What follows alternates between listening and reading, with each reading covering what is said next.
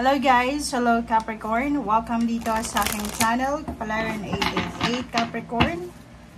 Alamin natin kung anong messages, vibration, gabay energy para sa inyong lahat. So ito ay weekly reading. So New Year's reading para sa lahat. Capricorn, kumuha tayo dito ng 1 card, then 1 card din sa second deck, and yan. Okay? Wow! Angels of the 4 directions, Capricorn. Okay.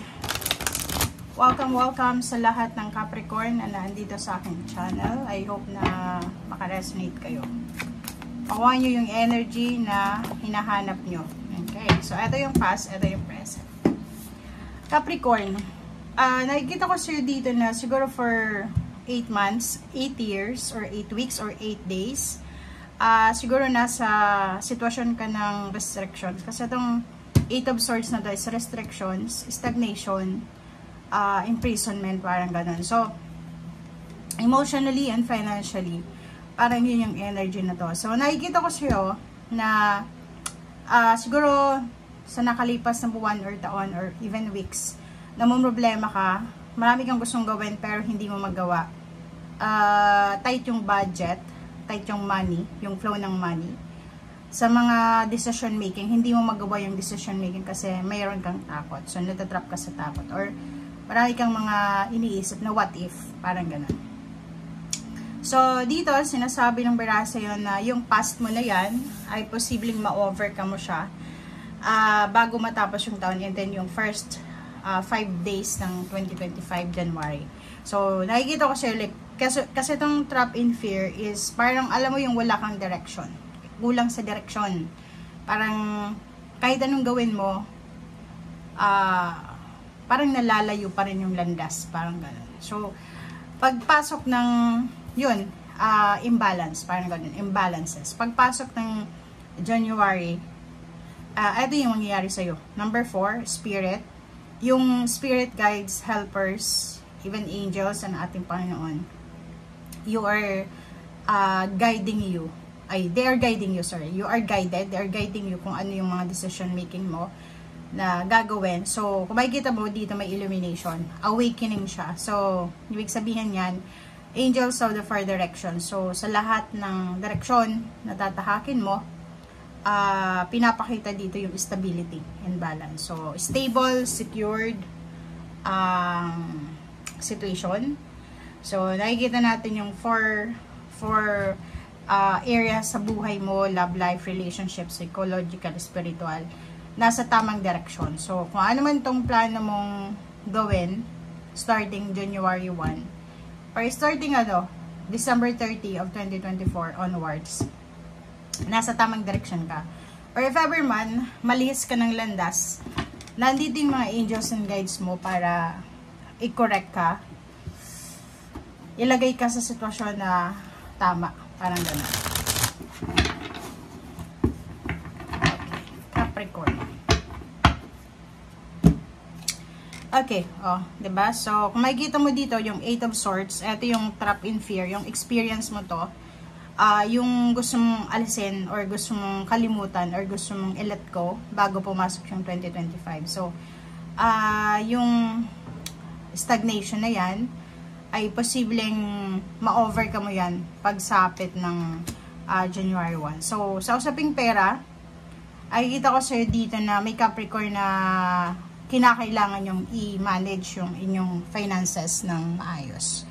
Okay? So, ibig sabihin, kailangan maging matalino kayo sa paghawak ng inyong salapi. Expenses, expenditure, diba? So, mga expenses natin, kung as much as possible, huwag kang mangungutang this week. Okay? Sinasabi na kailangan magtipid or kailangan nating ayusin yung expenses natin, expenditure. Okay?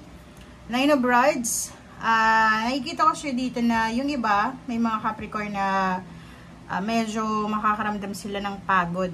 Diba? Yung iba pagod na pagod kasi sa gabi nagse-celebrate or pwedeng kailangan nilang mag-double time kasi marami silang naiwan na trabaho dahil sa holiday season.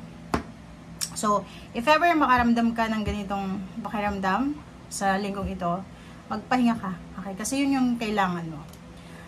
Six of Cups. Nakikita ko sir dito na mayroon kang mga connection sa past mo. Like, siguro mga dating kakilala, friends, yun, relatives, acquaintance, kapitbahay, na medyo stress ka. Medyo, alam mo yun, nakakapagod na. Diba? For example, yung mga dati mo kakilala, medyo pagod ka nang makipag-deal sa kanila. So, nandito yung Hierophant. Sinasabi sir ng Hierophant na mag-focus ka lang. Okay? Focus ka. Focus ka, Capricorn, doon sa mga taong pare-pareho mo ng mindset. Okay? Isipin mo na hindi lahat ng tao na nakakasalamuhan natin is para sa atin. Minsan, dumadaan lang sila sa buhay natin to give us lessons, or minsan, failure, parang ganun. So, ang Hierophant na yan, sinasabi na mag-focus ka doon sa mga taong sinasamahan ka sa hirap at ginhawa. Okay? Doon sa mga taong kahit wala kang may ambag, kahit wala kang may bigay, mamahalin ka pa rin nila. Parang ganun.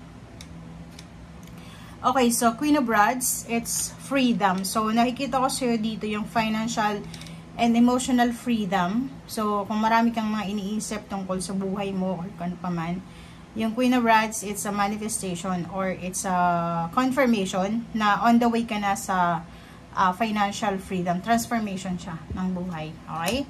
So, judgment.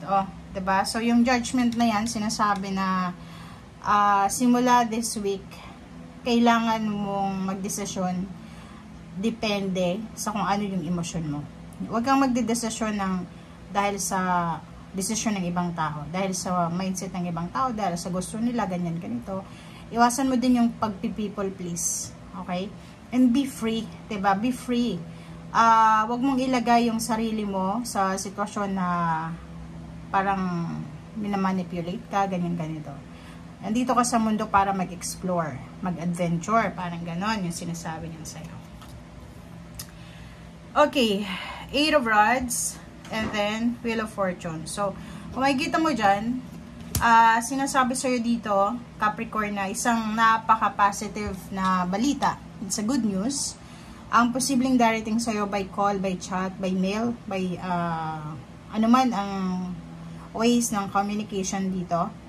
Kung anumang komunikasyon or kung anumang balitang itong darating sa'yo, ito yung magdadala sa'yo ng pagbabago sa buhay mo. So, parang 360 degrees na pagbabago sa buhay. Pwedeng makatanggap ka ng good news tungkol sa ina-applyan mong trabaho, either promotion, salary increase, relocation. So, changes ito. So, parang sasalubungin mo yung 2025 ng pagbabago talaga, transformation. And hindi ka lang nag-iisa. Almost lahat talaga. Lahat ng mga zodiac signs ay nagsasabi na maraming magbabago this 2025. Okay?